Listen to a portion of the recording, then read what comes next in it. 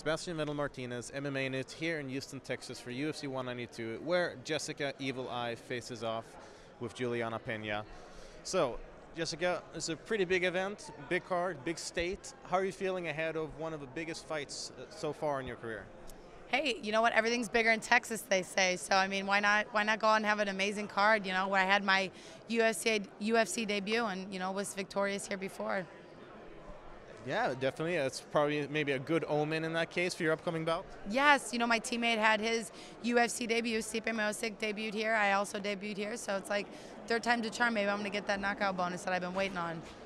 Yeah, I think a lot of fans have been waiting for it too. I mean, obviously you've had a very exciting fighting style. You put on some great performances, and unfortunately didn't really go your way last time. But it's cliche, but we do say you learn more from a loss than from a win. Do you agree on that? Yeah, you know what? I mean, at this point in my career, I don't take a loss as something that, especially against a top-level contender. I mean, listen, I wasn't going out there and getting pieced up. I walked away with no bruise on my body. I was making a lot of really good decisions. One hit, one great hit by Misha, changed the direction of the fight and really made me lose that second round. So for me, it's like, you know what, Jessica, you live and you learn. And if I'm a true Victorian, like I believe that I am, I'll take that and I'll just become better. And I'm not going to sit there and pout over it. And I didn't. And I asked for a fight, and I got it.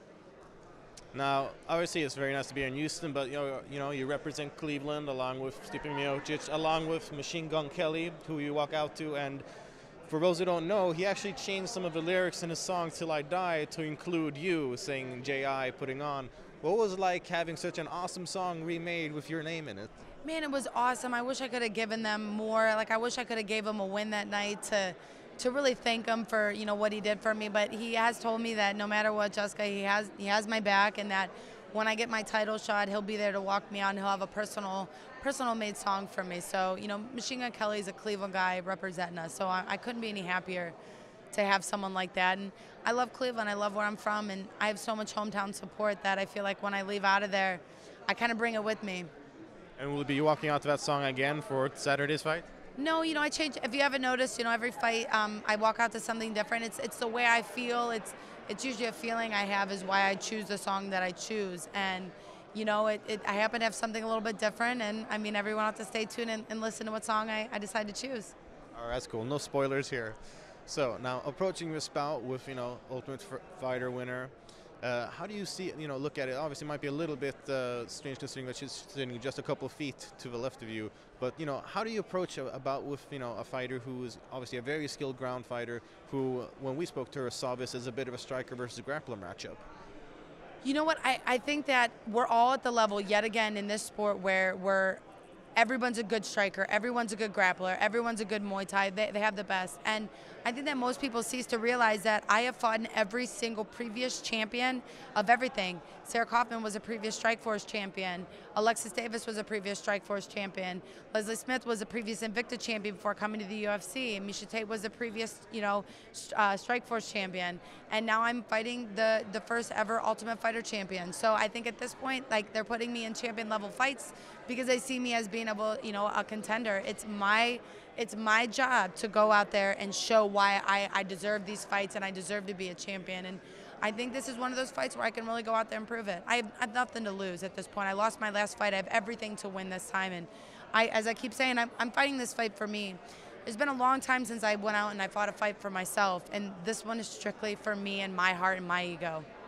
All right, well, that's probably a good way to approach it. Now, if you look at your division, are you able to look at other fighters and see just as fans like, oh, I really like her fighting style, or is there always a little bit of a kind of a lingering, well, I might have to fight her someday?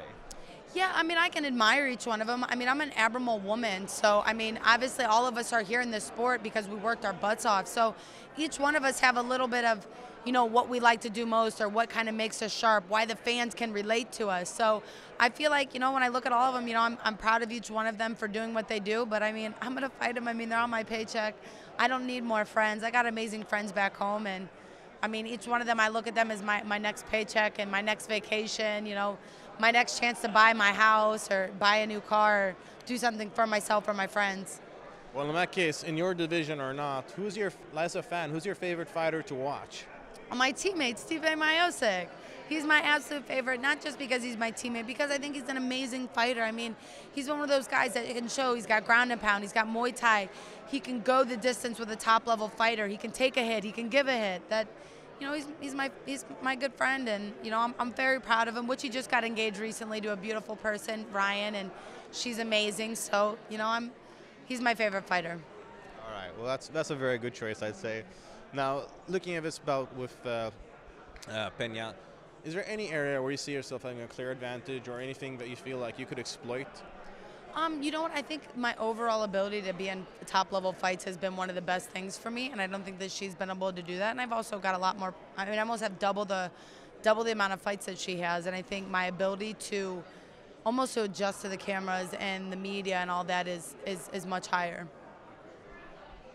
And most people are calling this a very fan-friendly bout. I'm inclined to agree. But when you do get into one of those sort of fireworks kind of fights where people have these expectations, does that also make you sort of be a little bit apprehensive, or do you have to think about, okay, I don't want to just go out for the fans, like you said, I want to fight there for me, but how much do you think about the excitement aspect of the fights you're in?